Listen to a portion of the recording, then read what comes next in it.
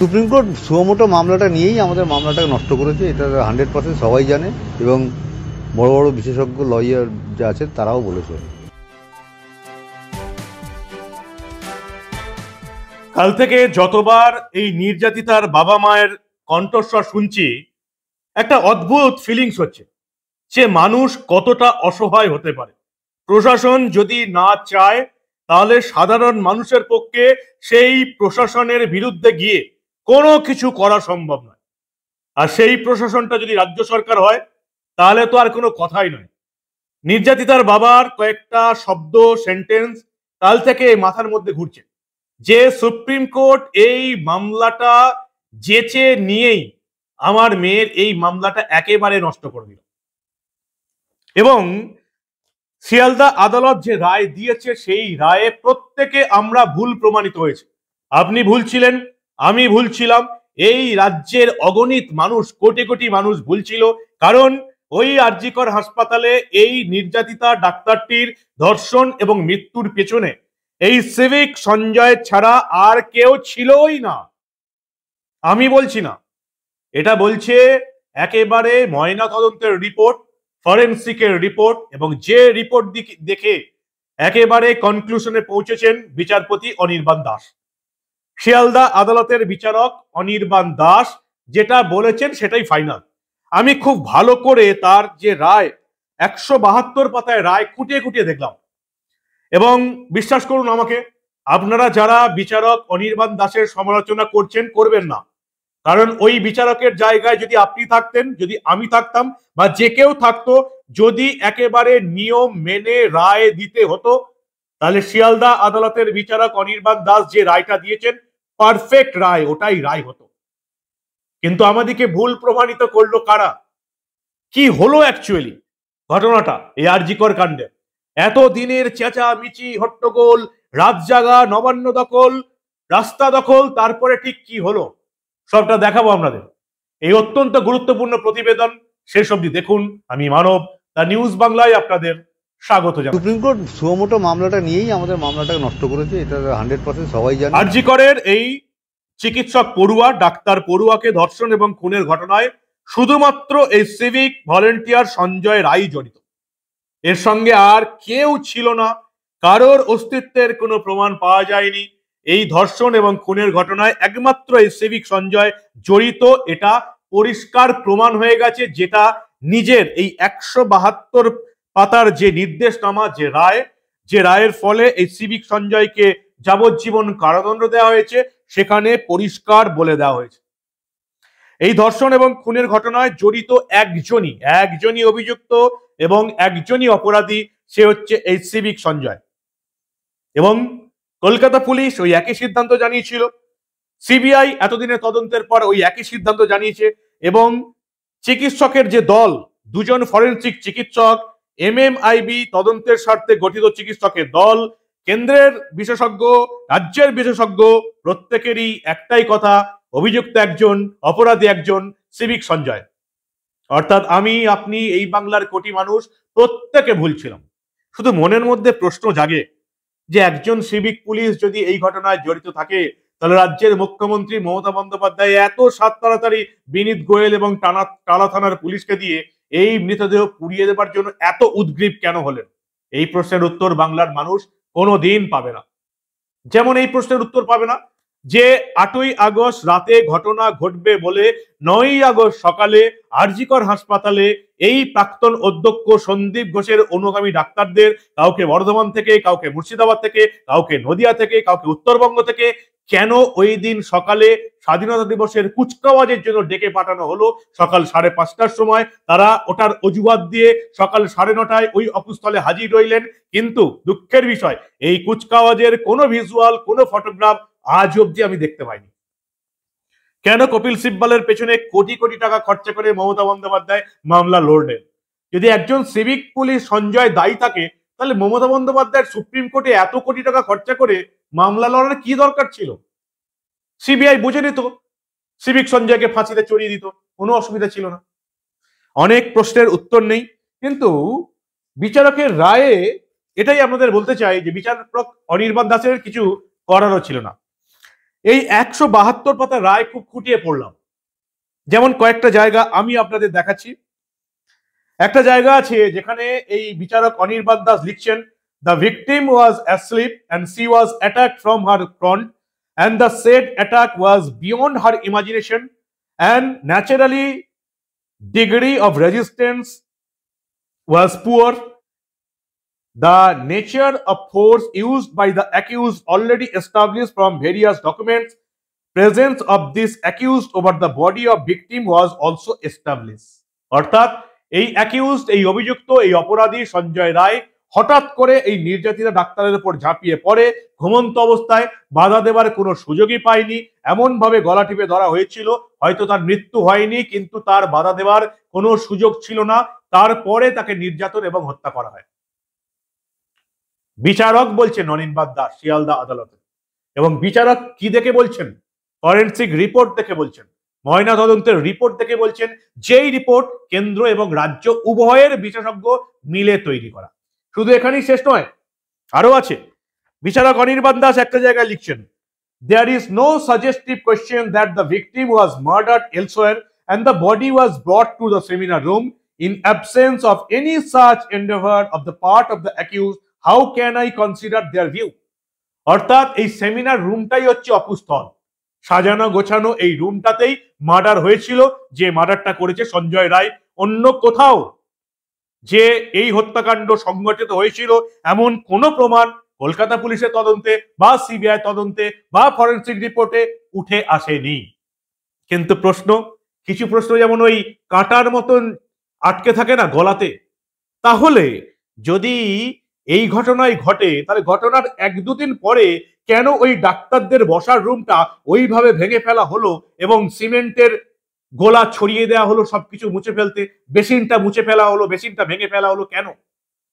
হাসপাতালে এই ধরনের কোনো কাজ হলে আগে ইলেকট্রিশিয়ান আসেন এবং তিনি হাসপাতালের লাইন খোলেন, তারপরে হাসপাতালের কোনো কিছু ভাঙা হয়। কিন্তু আপনারা সেই ছবি বারবার দেখেছেন, ভিডিও দেখেছেন, কিভাবে ইলেকট্রিক লাইন থাকা সত্ত্বেও ডাক্তারদের বসার রুমটাকে 2 দিন মধ্যে ভেঙে ফেলা হলো, ওই হাত ধোয়ার জায়গাটাকে ভেঙে ফেলা হলো, গোটা ঘরে সিমেন্টের প্রলেপ লেপে দেওয়া হলো কেন? এই প্রশ্নের উত্তর নেই। ময়না তদন্তের রিপোর্টে উত্তর নেই, ফরেনসিকে রিপোর্টে উত্তর নেই, কোনো তদন্তে উত্তর নেই, লিখছেন বিচারক অনির্বাণ দাস।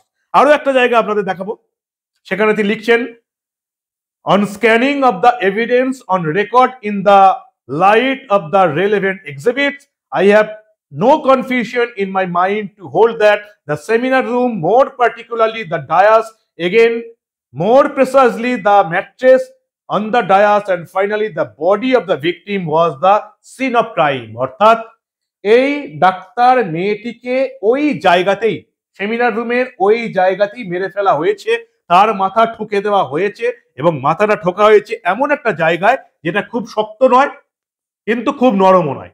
ওই ম্যাট্রেস, তার নিচে কাঠের যে পাটাতন, সেখানে মাথা ঠুকে একে অজ্ঞান করা হয়েছে এবং তারপরে গলা টিপে মারা হয়েছে। শরীরে একাধিক আঘাতের চিহ্ন রয়েছে, যেটা ওই অচৈতন্য হবার আগেও আত্মরক্ষার্থে এই ডাক্তার মেয়েটি চেষ্টা করেছে বাঁচার জন্য, তাই শরীরে একাধিক চিহ্ন। কিন্তু শরীরে এই প্রশ্নটা আমাদের জবাব আমরা পেলাম না, যে গলায় টেপার দৃশ্য রয়েছে, গলা টেপার দৃশ্য রয়েছে যেটা পরিষ্কার বোঝা যাচ্ছে, দুটো হাত ধরার চেষ্টা টেপার দৃশ্য রয়েছে, দুটো পায়ে দুটো জায়গা রয়েছে যেখানে টিপে ধরা হয়েছিল। একটা লোকের পক্ষে একসঙ্গে গলা টেপা, হাত টেপা আর 2 পায়ে ধরে থাকা কি করে সম্ভব? এই প্রশ্নের উত্তর ফরেনসিকে আমরা পাইনি। কি করে বলবো বলুন? আমরা সবাই বলছিলাম, আমরা তো আর বিশেষজ্ঞ নই, তাই আমাদেরকে ভুল প্রমাণ করে দিয়েছে ফরেনসিক বিশেষজ্ঞরা।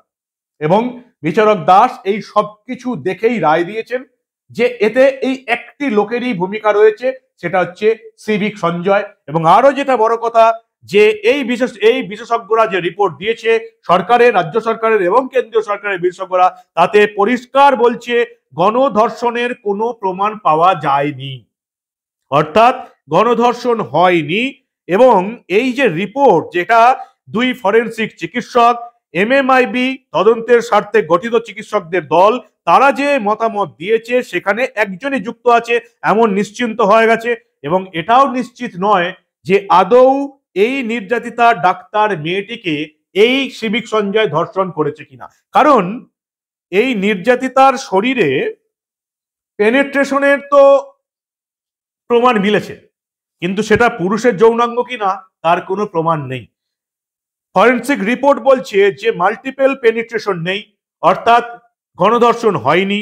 পেনিট্রেশন যেটা রয়েছে সেটাও এই সঞ্জয় করেছে কিনা বা সেটা কোনো ধাতব বা অমসৃণ বস্তু কিনা, কোনো ধাতব বস্তু কিনা তার কোনো প্রমাণও নেই। কিন্তু শরীরে যখন এটা প্রবেশ করেছিল তিনি জীবিত ছিলেন, এমনটাই রিপোর্ট উঠে এসছে। কিন্তু এটা যে গণধর্ষণ নয়, এটা এই ফরেন্সিকের রিপোর্ট, ময়নাতদন্তের রিপোর্ট পরিষ্কার হয়ে গেছে। তাই আদালতের বিচারক অনির্বাণ দাস এই নির্দেশ দিতে বাধ্য হয়েছেন। তাই এটা বিরল থেকে বিরলতম নয়। যদি শুনো খুনের ঘটনা হয় তাহলে বিরল থেকে বিরলতম ঘটনা কখনো হতে পারে না। আরো একটা ঘটনা উঠে এসেছে। এই আরজি করের এই নির্যাতিত ডাক্তারটির দেহে অন্য একজন মহিলার ডিএনএ পাওয়া গেছিল। আমরা ভেবেছিলাম কি ব্যাপার, অন্য কোনো মহিলা কি করে এলো। পরবর্তীকালে বিচারক অনির্বাণ দাস রায় দিচ্ছেন যে এটা হচ্ছে সিস্টেমের গাফিলতি। অর্থাৎ এই যে নির্যাতিতা ডাক্তারটি, তার যখন ময়নাতদন্ত করা হলো ওই একই জায়গায় পাশাপাশি যে সমস্ত ডেড বডি আছে সেখানে রেখে দেওয়া হলো, যাতে তথ্য প্রমাণ বিকৃত করা যায়। অন্য এক মহিলার ডিএনএ চলে এলো এই মেয়েটির শরীরে, এবং বলা হচ্ছে যে এই যারা ডোম যারা ছিল তারাও কোনো রকম জামা কাপড় চেঞ্জ করেনি, কোনো কিছুই করেনি। ফলে এই ডিএনএ কার, পড়ুয়ার শরীরে এই ডিএনএ কার সেটাও পরিষ্কার। ঘটনাস্থলের ছবি দেখে বিচারক অনির্বাণ দাস বলছেন এটা হচ্ছে যে এই যে সিস্টেম আমাদের চলে এসছে তারই গাফিলতি। ভাবুন একবার, আদৌ এই সিভিক সঞ্জয়কেও পুরো শাস্তি দেওয়া যাবে কিনা সেটাও কিন্তু প্রশ্নের ব্যাপার। আমরা যেটা আশা করছিলাম এই ঘটনায় অনেকে জড়িত, সেটা তো একেবারে ভুল প্রমাণিত হয়ে গেছে ফরেন্সিক এবং ময়নাতদন্তের রিপোর্টে। কিন্তু আদৌ এই সিভিক সঞ্জয়কেও শাস্তি দেওয়া যাবে কিনা, এই যাবজ্জীবন শাস্তি দেওয়া যাবে কিনা সেটাও কিন্তু এখন প্রশ্নের বিষয়। নির্যাতিতার শরীরে পুরুষের চুল উদ্ধার হয়নি। পুরুষের চুল উদ্ধার হয়েছে সেটা হচ্ছে পাশের মৃতদেহ যেখানে পড়েছিল তার পাশে কাঠের স্টেজ থেকে। বুঝতে পারছেন? সিভিক সঞ্জয়কেও আদৌ যাবজ্জীবন কারাদণ্ড দেওয়া যাবে কিনা কলকাতা হাইকোর্টে বা সুপ্রিম কোর্টে, এটাও কিন্তু প্রশ্নচিহ্ন উঠে গেছে। ময়নাতদন্তের বিশেষজ্ঞ বলছেন নির্যাতিতার মাথা শক্ত কিন্তু অতি শক্ত নয়, এমন কোন জায়গায় ঠুকে দেওয়া হয়েছিল।